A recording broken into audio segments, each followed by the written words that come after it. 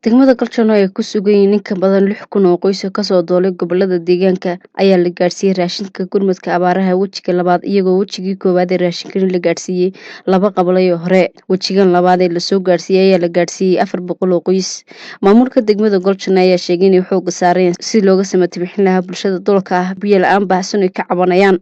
wajiraan abashooyin badan oo maartay bulshada xaqiiqda dhabta ah dadaalka nagu ma yaro laakiin awoodda degmada iyo tusaale ahaan doolka yimaada aad bay u kala badan yihiin 6452 qoys baa maartay degmada ku soo qaxday oo xoolahoodii wata oo dadkoodii wata waa dareemi kartaa culayska ay yeelan karto taasi ay yeelan karto waa dareemi kartaa degmadu guud ahaan waxay ka kooban tahay 18 qabale ceelasha degmadu waa 3 ceel eega waxa shaqeeya waad garan kartaa tusaale ahaan capacity ay yeelan karaan ceelashaas inay ku koofar gareeyaan oonka maartay bulshada inay ku koofar gareeyaan taa aawadeed oon wuu jiraa laakiin aad bay maartay degmadu u dadaalaysaa hadda tusaale maartay waxa kuugu filan qabalahan toddobaadkan waa qabalihii afraad aan ka bixino raashin aan ka bixino weeyaan waxaan ka soo bixinay qabaloosaadkii irkan ka soo bixinay waxaan ka bixinay guudlaan ka bixinay waxaa eega maanta maartay uu yeelaa oo laga qaybinaya qodaxla laga qaybinaya gulifo oo qabalihii afraada waa isla toddobaadkan taasi waxay maartay ku tusaysaa ahmiyadda aan siinayno maartay dadka maartay tabaalaysan ay abaartu saameysay annaga ka maamul ahaan degmada Galchano ma taqaanay xaaladan ma taqaanay aad baan ula tacaalaynaa hadda qoodintii waxaan ka bilownay ma taqaanay 3 ceel oo degmada Galchano ma taqaanay ay dadka doolkii ay si khaas uga cabaan ceelka ceeloobo oo hadda qoodintiisa aan ka wadno qodaxle oo iyadana aan qoodinta ka wadno iyo degmada dhaxdeeda marka kulli annaga ka degma ahaan kulli ma taqaanay aad baan u dadaalaa laakiin xagga ma taqaanay biyo dhaanka booyadaha kale aad ayay noogu yareen hadda 4 booyadood baa noo shaqeysay degmada 4 booyadood naguma filo marka xagga raashimada kale markii naloo keeno sidoo kale hadda u qaybinayna ma taqaanay dad ka badan baa yimaada wixii aan ugu talagalay hadda 400 oo qoys baan ugu talagalay inay ma taqaanay ay qaataan raashinkan waxa meesha imanay wada arkaysa dad ka badan baa imanaya marka xaaladuna aad bay u kulushahay marka de kulli ilaahay un baana wax deeqsiye bilaadan waxba ma deeqsiye ilaahayna waxaan ka barnaa inuu rabxadiisa na siiyo dhankeyga xildhibaan Xaliime Maxamed Khaliif oo kamid ah guddiga joogtada ee golaha xildhibaanada ahna xubin kamid ah guddiga abaaraha ee gobolka Faafan oo goobta raashinkan lagu bixinayo aan wareysi kula yeelanay ayaa sheegtay in xoog saareen sidii gurmadka abaaraha bulshada loo gaarsiin lahaa waxaana guddiga abaaraha ee loo diray inay eegaan hawsha ay la socdaan dadka wax la siinayo waxaan ku sugannahay maanta degmada Galchano waxaan halkan ku siinaynaa dad ka soo doolay gobolka Faafan ee gobolka Jarar iyo gobolka Nagab oo 400 oo qoys ah marka waxaan la noo soo diray oo naloo soo raaciyay team soo baxay waxaan nahayn abaaraha waxaan eegaynay oo dhindhiinay baahida dadka iyo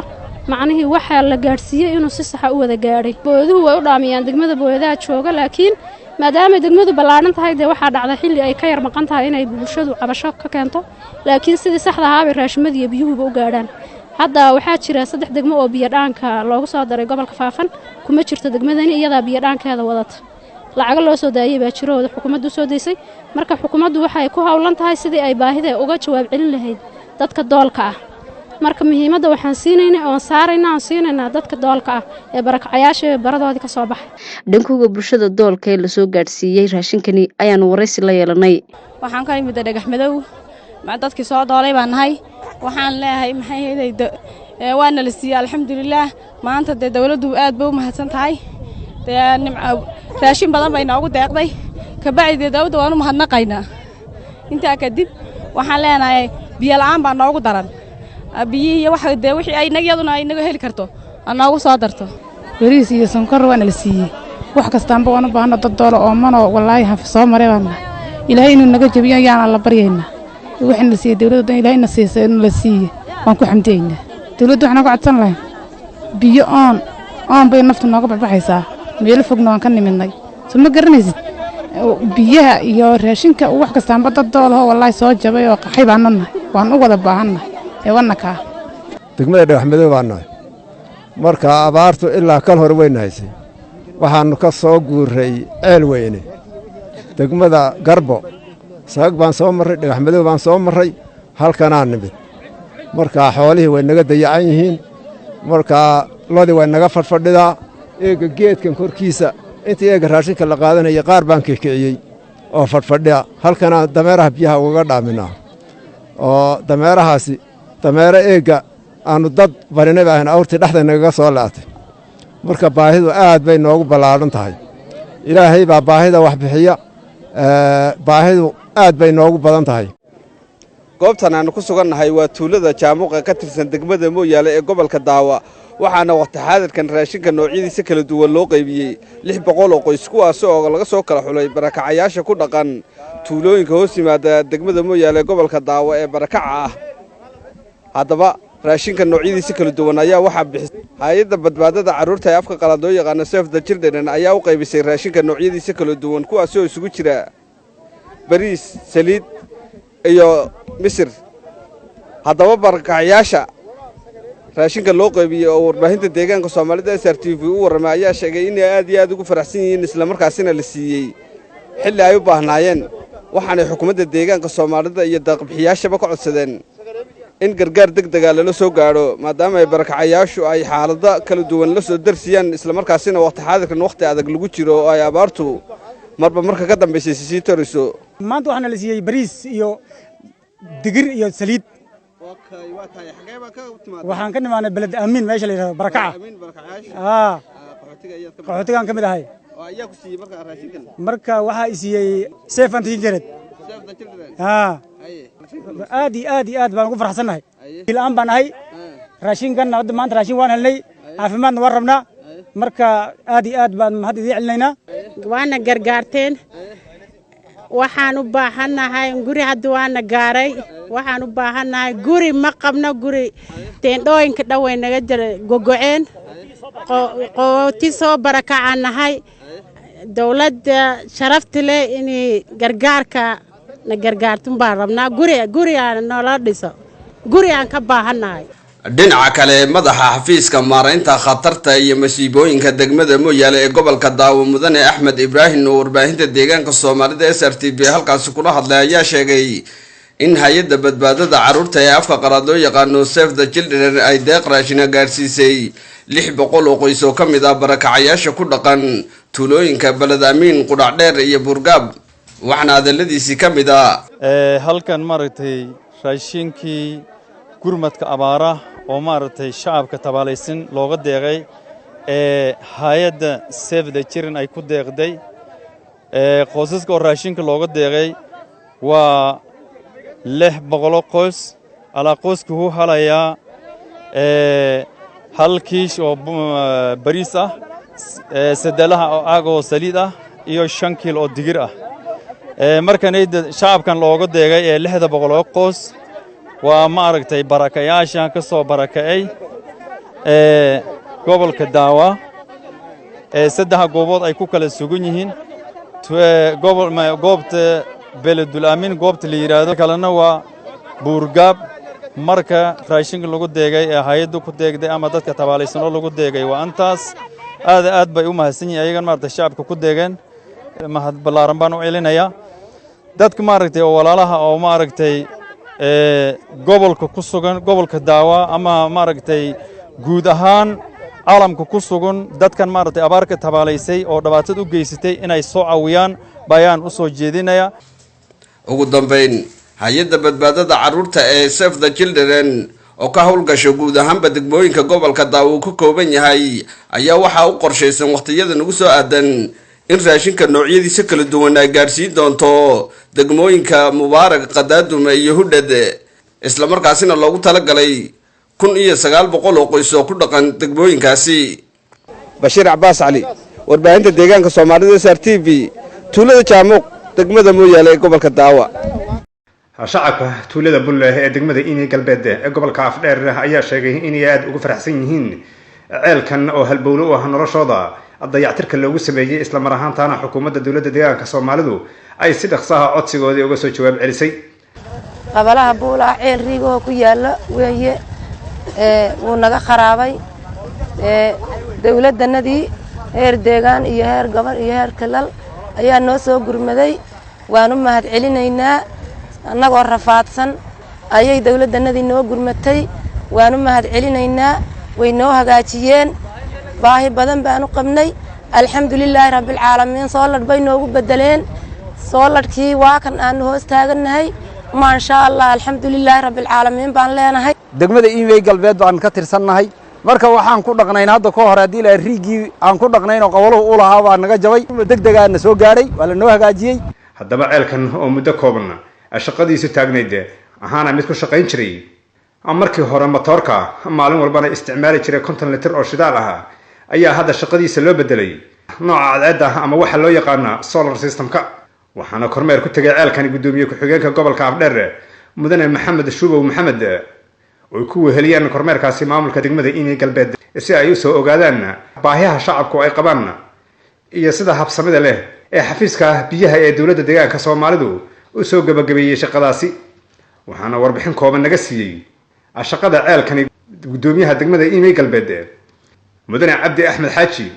iyo isku duwaha xafiiska biyaha ee gobolkaasi Afdheer mudane Cabdullaahi Cabdiraxmaan muddo hadda 14 sano ayuu shaqaynayay cilad baa ku timid biyo yaraan cilada biyo yaraanta ku timid xaaladda hadda ay abaarta ah adag ay jirto iyadoo ka jawaab celinta qorshihii xukuumadda qaadatay la fulinayo ayaa tiim heer deegaan ka yimid baa noo yimid tiimka ciladii way bixiyeen oo tuubooyinkii iyo bombkii ceelka waa laga bedelay waxa kale oo maanta farxad noo ah matoorkan oo inta badan macnaha ciladiisa ay soo noqnoqon jirtay oo maanta systemkiisa laga guuray oo solarki loo guuray oo wixii hadda ka dambeeyo shidaal baa go'ay iyo matoor baa xumaaday toona aanan ka maqli doonin qabalaha buula iyada lafteeda farxad bay tahay waa jawaab celinta iyo qorshaha ay qaatay xukuumaddeena ceelkan aad arkaysaan wuxuu u adeegaa bulsho tiradeedu aad badan tahay dhulkan waad aragtaan inuu dhul abaaraysan oo micnihii xaaladda abaarta ay tahay ceelkan wuxuu ku shaqayn jiray matoor qaata micnihii magaragta waxa weeyaan shidaal hadda micnihii waxaa lagu kordhiyey in solarkaas la sameeyo oo tiimkan hadda gaadhiga watay aad aragtaan xafiiska biyaha heer deegaan ka socda ay maxay ahayd ay jawaab celintii abaarta ay tahay inay keeneen qalabkan saad u aragtaanba waxa weeyaan bulshada halkan degan ayaa waxay codsatay in ayna shidaalkii awood u lahayn inay maxay ahayd ceelkan ay iska bixiyaan oo ceelka intay shidaal ku shubtaan inaynan samaynin waayo abaartii baa saamaysay kadib markuu na soo gaaray codsigaas waanu gudbinay codsigii jawaabtiisii maanta waatan annaguna ilaahay baa maartay noo fududeeyey inaanu halkaa maxay gaarsiino Jilaani Cabdinuur Axmed wakaaladda warbaahinta dawladda deegaanka Soomaalida ee SRTV gobolka Afdheer degmada Imey galbeed xukuumadda dawladda deegaanka Soomaalida ayaa shacabka ku dhaqan degmada dhuxun soo gaarsiisay raashin lagu talagalay 800 oo qoys oo isugu jira noocyada raashinkan oo wareegga labaad ee gurmadka xukuumaddu ay u fidinaysa shacabka abaaraysan ayaa markii uu degmada soo gaaray kadib waxaa loo qaybiyey 192 qoys oo ku dhaqan gudaha degmada dhuxun halka raashinka inta kalena la gaarsiin doono bulshada ku dhaqan tuulooyinka degmada bulshadan la gaarsiiyey raashinka ayaa xukuumadda deegaanka iyo maamulka degmada dhuxun uga mahad celiyey gurmadka kala duwan ee la gaarsiinayo bulshada abaartu hayso waxayna xukuumadda deegaanka iyo maamulka degmada dhuxun ka codsanayaan in la sii xoojiyo gurmadka kala duwan waxaan ku sugannahay meeshii raashinka lagu qaadan hayay raashinkaas oo xilligii saddexaadna la siiyay oo laba dawlad deegaankuna siiyay midna miisaaniyadii degmadanadana lagu siiyay alla ma hadle waan u mahadnaqaynaa dawladda deegaanka maxaan ku yiraahdaa heer madaxweyne iyo heer degmo iyo heer gobol waan u mahadnaqaynaa ijaaso kala Allah ka ajarsiiyo laakiin dhibaatadu farma qodna inta aan la ekahay abaartan oo kale waligay maana arag inta aan la ekahay dad iyo xoolihii baa ka daran sanadkan magac baa loo bixiyay iga hoobaa la yiraahdaa waxaagii iga hoobaa sanadkan la yiraahdaa ruuxi bini'aadamaha neef haya war waxaagii iga qabso tadu aad bay u adag tahay dawladda waxaan ka codsanaynaa biyaha iyo carafka xoolaha iyo carafka dadka maxaan ku idhaahday wixii ilaahay baa wax bixiyay karo inuu maxaan ku idhaahday si fiican uu maxaan ku idhaahday inoogu soo deeqo waxaan ku mahadinaynaa ilaahaygi dawladda na siiyay waxaan soo maray shalay oo anigu joogay isagoo aanan dawlad lahayn oo cidayada haday baabiyi haduu dadka iyagu baabiyi midna aan cidina danaynaynin waxaa banaanka yaala gurmadkii dawladdu ayna soo gaarsiisay oo saliya baar ku wada fadhino ay xukuumadda degmada dhuxmeed si fiican noo siinayso noona keentay xukuumadda dawladda deegaanku ay noo keentay hadda waa markii saddexaad waqti nala siiyo oo naloo keeno markii saddexaad weeye waxa nala siinaya waa cunto kala duwan oo magaran fara badan tan xukuumadda soo gaday tii magaran caawimaadda ay qamadin karo way noo taala berita ayaa nala siinaya shalay waxaa nala siiyey wax kale oo hay-adihii xukuumaddu ay noo soo direen oo boorash ah bulshada iyadu aad iyo aad bay ugu diirsatay waxaa markaa weli soo taagan xagga xoolaha ayaa soo taagan xoolii way dhammaadeen geel wuu dhammaaday lo iyada hadalkeed biskada adhigii waa sidoo kale magaalada daafaheeda meel kastoo loo haddii xaggaa loo kaco waa budh baktigii waa ka batay haddii xaggaa loo kacona baktigaa ka batay meel kasta baabuurta ayaa jiida maalin kasta waa nalaga dhex jiidaa calaf horteeda waxaan uga baahannahay xukuumadda dowladda deegaanka in ay ku dadaasho inay isku dhex wado calafka xoolaha iyo calafka dadka inay isku dhex wado ayaan ka codsanaynaa maxamed macalin carab gudoomiyaha degmada dhuxun ayaa isna ka hadlay gurmadka kala duwan ee loo fidinayo shacabka abaarsan ee ku dhaqan degmada dhuxun saaka waxaan bixinaynaa raashinkii gargaarka ee naga soo gaadhay xukuumadda qayb ka mid ah raashinkaasoo guud ahaan ahaa 800 oo qoys halkan waxaan ku bixinaynaa xarunta gudaha 192 ka mid ah qabalayada madaragtay waxaan gaadhsiinay ilaa imika 9 qabalay kuwii kalena madaragtay waan raraynaa rarka ku socda galabta hadduu la yiraahdo iyadana waxaa daba socotoon bixinaynaa calafkii xoolaha waxaa la oran karaa madaragtay gargaarka ma garanaysa macnaha bulshadu gargaarka ay xukuumadda bulshada la garab taagan tahay waa wax maalinta ka dambaysa ku sii daraya inkastoo abaartu waqtigan xaadirka meel daran ay marayso oo bishii ugu dambeysay ay tahay haddaan ku socdo dhanka biyadhaanka guud ahaan degmada dhuxun biyadhaan madaragtay uu ka jiraa hadda waqtigan xaadirka 3 booyadood baa dhaaminaysa 3 booyadii degmada iyo 2 booyadood oo dhanka bulshada ka yimid ayaa dhaaminaya haddana sidaa ay tahay waxaa la oran karaa degmada dhuxun biyadhaan fara badan bay u baahan tahay weli halkii la rabay lagama gaadhin sababahana waxaa ka mid ah degmada dhuxun waa jid la'aan inta badan booyaduhu madaragtay jid la'aanta ku diidaan haddaan eego dhanka xooluhu waqtigan xaadirka dhimasho fara badan bay leeyihiin iyadoo madaragtay dawadii xoolaha aan dalabnay oo hadda madaragtay ay garanaysa macnaha maalmahan imanayso dhanka dadka haddaan eegno waxoogaa madaragtay ka dhashay biyo la'aanta faraha badan ee ka jirta biyihii maadaama dhanaan noqdeen calool xanuun yar baa jira marka alxamdulillahi rabbil caalamiin say abaartu u jirto waxaa la oran karaa dhanka caafimaadka dadkuna aad buu fiican yahay marka guud ahaan degmada dhuxun gargaar kala duwan oo dhanka degmada iyo dhanka xukuumadda ka imanaya iyo dhanka ma garanaysa qurba joogtaba oo fara badan baa madaragtay marba mar ka dambaysa imanaya Bashiir Maxamuud warbaahinta deegaanka SRTV degmada Luxuun ee gobolka Nugub saraakiisha booliska komishiga gobolka Jarar ayaa mushaarkooda biyadhaam ugu sameeyay qaar ka mid ah tuulooyinka degmada Dhagaxbuur saraakiishuna mushaarkooda ugu daaqay si loo samanto bixiyo bulshada General Yusuf Maxamed Muuse ahna la taliyaha komishineerka booliska deegaanka iyo Colonel Xasan Mooge oo kusimaha komishineerka booliska gobolka Jarar ayaa sheegay in gurmadkani qayb ka yahay doorka saraakiishu ku leeyihiin ka qayb qaadashada ka jawaabida abaaraha waxaanuna biyadhaan u sameeynaa dadka ooman ee abaartu soo barakicisay ee isugu yimid goobaha dhammaanna waxaan ka samayn doonaa haddii ilaahay yiraahdo oo ay ka socon doontaa waa gobolada oo dhan annaga markaa doorka nagaga aadan cid kasta oo deegaanka ka tirsan ama dalka ka tirsan waxaa waajib ku ah inuu badbaadiyo dadkooda iyo dunyadoodaba marka annaguna qaybtaasaanu annaguna qayb baanu ka nahay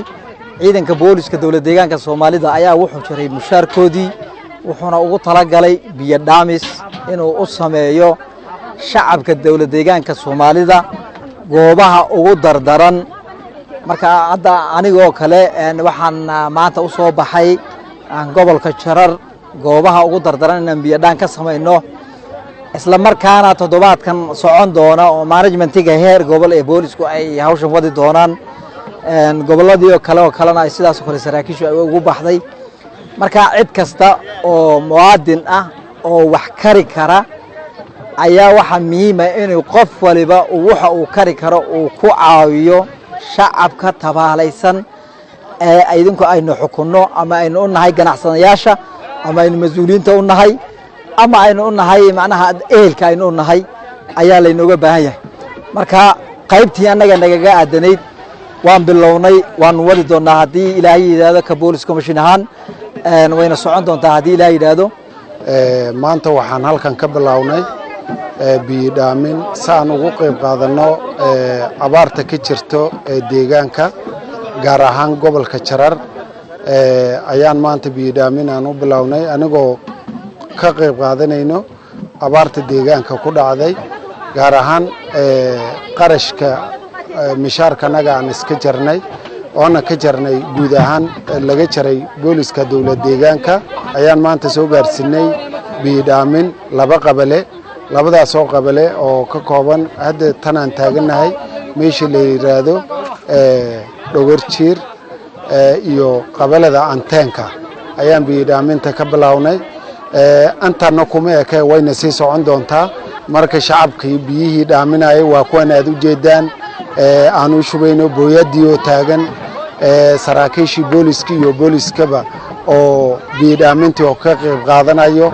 waa loo jeedaa marka sidaa darteed waan dardar gelinaynaa waana ka qayb qaadanaynaa ugu dambeyn shacabka tuulooyinka Dhogorjiir iyo anteenada oo kamid ahaa tuulooyinka ay saraakiishani gaarsiiyeen biyo dhaamka ee degmada Dhagaxbuur ayaa bogaadiyay doorka ciidanka boolisku ay ka qayb qaadanayaan gurmadka biyo dhaaminta oo daruuri adag ah xilligani maadaama oo dawladdu ay noo keentay biyo maxaan ku raadayay badalka iyo baadiga daacado ah oo fiican dawladda Ilaahay ha barakeeyo booliska noo keenay biyaha ayaanu mahad alla uga celinaynaa anagoo aad iyo aad biyaha ugu baahan ayay booliskaasi maanta noo dalbaday biyo aad iyo aad u macaan oo noogu faxsan waxaanu leenahay oo kale dawladda noo soo gurmatay baadkii biyihii in la noo keenay dawladda oo aad iyo aad mahadsan oo boolisku uu waliba siiba hareeraha naga taagan yahay isagoo aad iyo aad u mahadsan oo noo soo gurmaday gurmadkaas wadanku uu u baahan yahay 90% uu u baahan yahay baan ugu mahad celinaynaa abaar adag baan nagu habsatay abaarta ilaahay un baaday keenay abaartaas dad iyo dunyaba way gaadhay ciidankan waxaanu aragnaa alxamdulillaah rabbil caalamiin waxaanu aragnaa dadkanagii oo magaranaysa noo gargaarayo aad iyo aad nooga naxsan dhibaatadana haysata ayaanu aragnaa waxaan ugu baaqi lahayn inay dadkani waa dadkoodii nabadgeliyo ilaahay baa keenay alxamdulillaah rabbil caalamiin inay waxay nagu tabaalayn karaan oo dhan ama baraha ahaado ama raashin ha ahaado ama biyo dhaan ha ahaado inay waxay noo qaban karaan ay noogu gargaaraan baan u baahanahay Maxamed Cumar Celaabe telefishinka caalamiga SR TV tuulooyinka Dhogorjiir iyo anteenada ee degmada Dhagaxbuur degmada Galchano ay ku sugan yihiin in ka badan 6,000 oo qoys ka soo doolay gobolada deegaanka ayaa la gaarsiiyay raashinka gurmadka abaaraha wajiga labaad iyagoo wajigii koowaad ee raashinka la gaarsiiyay laba qabalay hore wajigan labaad ee la soo gaarsiiyay ayaa la gaarsiiyay 400 oo qoys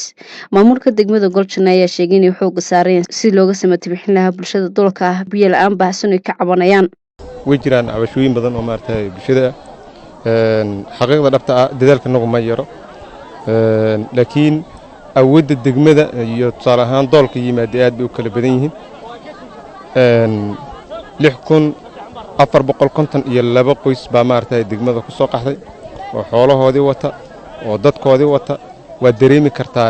culayska ay yeelan karto taasi ay yeelan karto waa dareemi kartaa degmadu guud ahaan waxay ka kooban tahay 18 qabale ceelasha degmadu waa 3 ceel eeg waxa shaqeeya waad garan kartaa tusaale ahaan capacity ay yeelan karaan ceelashaas inay ku koofar gareeyaan oonka maartay bulshada inay ku koofar gareeyaan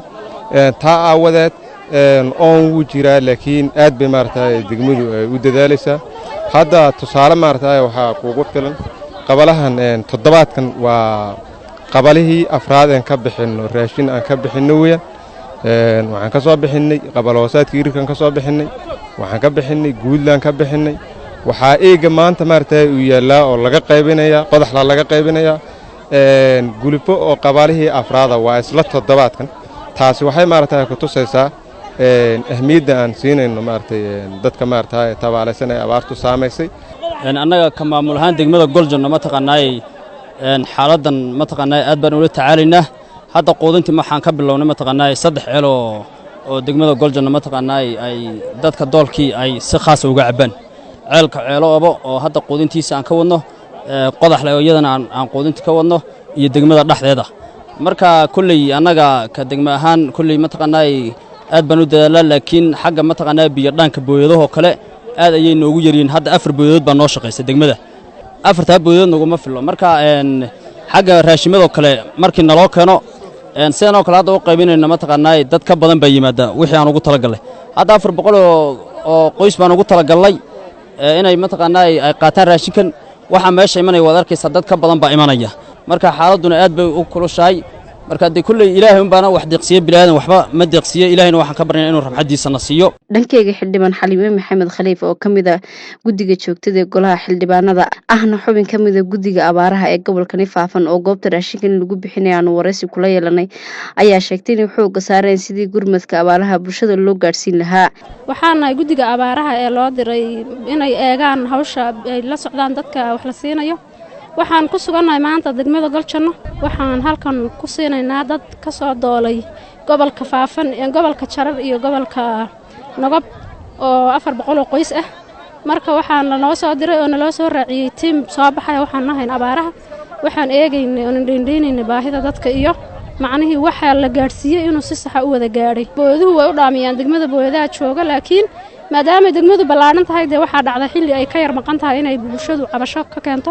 laakiin sidii saxda ah raashimadii iyo biyuhuba u gaaraan hadda waxaa jira 3 degmo oo biyo dhaanka loogu soo daray gobolka Faafan kuma jirto degmadani iyada biyo dhaankeeda wadata lacag loo soo daayay baa jiro oo xukuumaddu soo deysay marka xukuumaddu waxay ku hawlan tahay sidii ay baahida uga jawaab celin lahayd dadka doolka ah marka muhiimadda waxaan siinaynaa dadka doolka ah ee barakacayaasha baradoodii ka soo baxay dhankooda bulshada doolka ee la soo gaarsiiyay raashinkani ayaan wareysi la yeelanay waxaan ka imid dhagax madow ma dadkii soo doolay baan nahay waxaan leeyahay maxay heeday waana la siiyay alxamdulillaah maanta dawladdu aad bay u mahadsan tahay raashin badan bay noogu deeqday ka bacdi dawladda waanu mahadnaqaynaa inta kadib waxaan leenahay biyo la'aan baa noogu daran biyo waxa wixii ay nagiyaduna ay naga heli karto anaagu soo darto bariis iyo sonkor waana la siiyay wax kastaanba waan u baahna dad doolo oo mano wallahi haf soo maray baan ilaahay inuu naga jabiyo yaana la baryaynaa waxaan la siiyay dawladda ilaahayna siisay in la siiyay waan ku xamdeeynaa dawladdu waxaan ku codsan lahayn biyo aan bay naftu nooga baxaysaa meel fogna waan ka nimidnay suma garanaysid biyaha iyo raashinka wax kastaanba dad doolo wallahi soo jabay oo qaxay baan nahay waan u wada baahannahay eewanaka degmada dhagax madow baan nahay marka abaartu ilaa kal hor weyn haysay waxaanu ka soo guuray ceel weyne degmada Garbo saag baan soo maray dhagax madow baan soo maray halkanaa nimid marka xoolihii way naga dayacan yihiin marka loodii way naga fadhidaa eega geedkan korkiisa inta eega raashinka la qaadanaya qaar baan kiciyay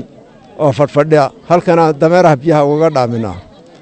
oo dameerahaasi dameera eega aanu dad barinay baan awrtii dhaxda naga soo laatay marka baahidu aad bay noogu ballaaran tahay ilaahay baa baahida wax bixiya baahidu aad bay noogu badan tahay saraakiisha booliska komishiga gobolka Jarar ayaa mushaarkooda biyo dhaam ugu sameeyay qaar ka mid ah tuulooyinka degmada Dhagaxbuur saraakiisha oo mushaarkooda ugu deeqay si loo samanto bixiyo bulshada General Yusuf Maxamed Muuse ahna la taliyaha komishineerka booliska deegaanka iyo Colonel Xasan Mooge oo kusimaha komishineerka booliska gobolka Jarar ayaa sheegay in gurmadkani qayb ka yahay doorka saraakiishu ku leeyihiin ka qayb qaadashada ka jawaabida abaaraha waxaanuna biyo dhaan u sameeynaa dadka ooman ee abaartu soo barakicisay ee isugu yimid goobaha dhammaanna waxaan ka samayn doonaa haddii ilaahay yiraahdo oo ay ka socon doontaa waa gobolada oo dhan annaga marka doorka nagaga aadan cid kasta oo deegaanka ka tirsan ama dalka ka tirsan waxa waajib ku ah inuu badbaadiyo dadkooda iyo dunyadoodaba marka annaguna qaybtaasaan annaguna qayb baan ka nahay ciidanka booliska dawladda deegaanka Soomaalida ayaa wuxuu jiray mushaarkoodii wuxuuna ugu talagalay biyo dhaamis inuu u sameeyo shacabka dawladda deegaanka Soomaalida goobaha ugu dardaran marka hadda anigoo kale waxaan maanta u soo baxay gobolka Jarar goobaha ugu dardaran inaan biyo dhaan ka sameeyno isla markaana toddobaadkan socon doona oo managementiga heer gobol ee boolisku ay hawshan wadi doonaan goboladii kalena ay sidaas kale saraakiishu ay ugu baxday marka cid kasta oo muwaadin ah oo wax kari kara ayaa waxa muhiim ah in qof waliba waxa uu kari karo uu ku caawiyo shacabka tabaalaysan ee idinku aynu xukunno ama aynu u nahay ganacsadayaasha ama aynu mas'uuliyiinta u nahay ama aynu u nahay macnaha ehelka aynu u nahay ayaa laynooga baahan yahay marka qaybtii annaga nagaga aadanayd waan bilownay waan wadi doonaa haddii ilaahay yidhaahdo ka boolis commission ahaan wayna socon doontaa haddii ilaahay yidhaahdo maanta waxaan halkan ka bilownay biyo dhaamin si aan ugu qayb qaadanno abaarta ka jirto deegaanka gaar ahaan gobolka Jarar ayaan maanta biyo dhaamin aan u bilownay anigoo ka qayb qaadanayno abaarta deegaanka ku dhacday gaar ahaan qarashka mishaarkanaga aan iska jarnay oona ka jarnay guud ahaan laga jaray booliska dowlad deegaanka ayaan maanta soo gaarsiinay biyo dhaamin laba qabale labadaas oo qabale oo ka kooban hadda tan aan taaganahay meesha la yiraahdo Dhogorjiir iyo qabalada anteenka ayaan biyo dhaaminta ka bilownay antana kuma ekay wayna sii socon doontaa marka shacabkii biyihii dhaaminayay waa kuwan aad u jeedaan aan u shubayno booyadii oo taagan saraakiishii booliska iyo booliskaba oo biyo dhaamintii oo ka qayb qaadanayo waa loo jeedaa marka sidaa darteed waan dardar gelinaynaa waana ka qayb qaadanaynaa ugu dambeyn shacabka tuulooyinka Dhogorjiir iyo anteenada oo kamid ahaa tuulooyinka ay saraakiishani gaarsiiyeen biyo dhaamka ee degmada Dhagaxbuur ayaa bogaadiyay doorka ciidanka boolisku ay ka qayb qaadanayaan gurmadka biyo dhaaminta oo daruuri adag ah xilligani maadaama oo dawladdu ay noo keentay biyo maxaan ku raadayay badalka iyo baadiga daacado ah oo fiican dawladda ilaahay barakeeyo booliska noo keenay biyaha ayaanu mahad alla uga celinaynaa annagoo aad iyo aad biyaha ugu baahan ayay booliskaasi maanta noo dalbaday biyo aad iyo aad u macaan oo aad noogu faxsan waxaanu leenahay oo kale dawladda noo soo gurmatay baadkii biyihiiba in la noo keenay dawladda oo aad iyo aad mahadsan oo boolisku uu waliba siiba hareeraha naga taagan yahay isagoo aad iyo aad mahadsan oo noo soo gurmaday gurmadkaas wadanku uu u baahan yahay 90% uu u baahan yahay baan ugu mahad celinaynaa abaar adag baan ugu habsatay abaarta ilaahay un baaday keenay abaartaas dad iyo dunyaba way gaadhay ciidankan waxaanu aragnaa alxamdulillaah rabbil caalamiin waxaanu aragnaa dadkanagii oo magaranaysa noo gargaarayo aad iyo aad nooga naxsan dhibaatada haysata ayaan u aragnaa waxaan ugu baaqi lahayn inay dadkani waa dadkoodii nabadgeliyo ilaahay baa keenay alxamdulillaah rabbil caalamiin inay waxay nagu tabaalayn karaan oo dhan ama baraha ahaado ama raashin ha ahaado ama biyo dhaan ha ahaado inay waxay noo qaban karaan ay noogu gargaaraan baan u baahanahay maxamed cumar ceelaabe telefishinka caalamiga SR TV tuulooyinka Dhogorjiir iyo anteenada ee degmada Dhagaxbuur